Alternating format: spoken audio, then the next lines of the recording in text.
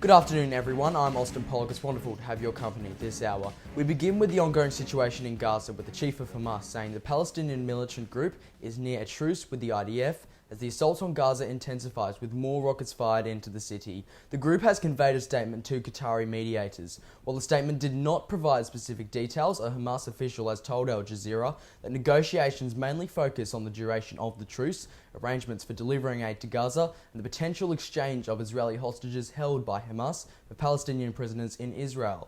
Meanwhile, intense clashes have broken out near the Indonesian hospital in northern Gaza, with Israel's military escalating its ground assault on the Palestinian enclave.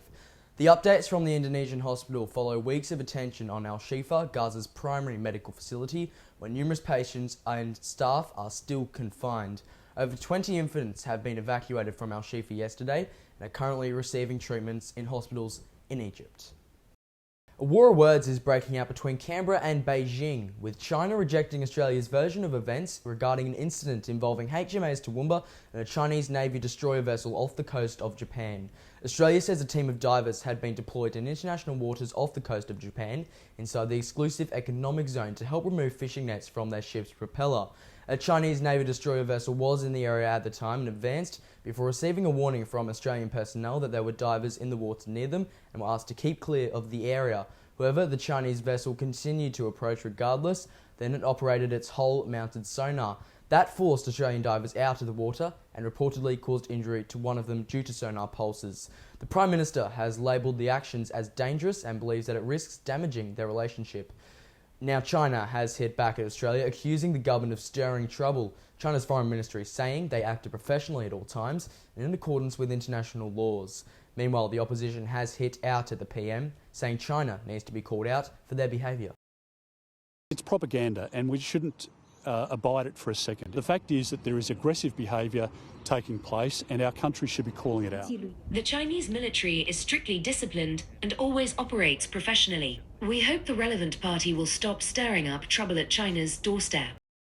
The two countries' relationship, we know, was recently on the mend, the two leaders catching up at the recent APEC summit. However, the details of the incident were not released until after that took place, even though the event occurred days beforehand.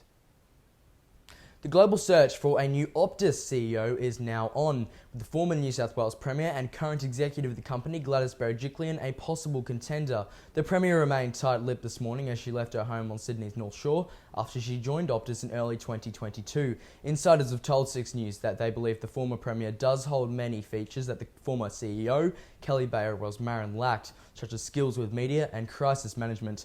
The former CEO's tenure has been one of trouble, and it is believed the writing has been on the walls for some time, following a major data leak of users' personal information last year and a nationwide blackout earlier this month. Former Chief Financial Officer Michael Benter is in charge from now on. It is understood it could take months before a new CEO is named. Well, the remains of a former military fighter jet that plunged into Victoria's Port Phillip Bay have been located off Mornington Shore. Search teams have been diligently searching Port Phillip Bay for any trace of James Rose, a 30-year-old TV camera operator, and 56-year-old pilot Stephen Gale. The Jetworks aviation flight they were on crashed at around 1:45 p.m. on Sunday. Looking to sport now, AFL number 1 draft pick Harley Reid is determined to make his mark interstate following his number 1 draft pick selection to the West Coast Eagles. Reporter Darby Travers joins me live now from the Six newsroom. Darby, very good afternoon to you. What can you tell us? Austin, good afternoon to you. Yes, there has been large speculation that this would happen, but also some suggestion they may trade the number 1 pick to get more picks. However, that didn't end up eventuating. As we do know, the Eagles were last year's wooden spooners, and last night they did decide to stick with Reid, who is their first number draft pick in 27 years. Now Harley, aged 18, is hoped to play a key role in West Coast's midfield from next year.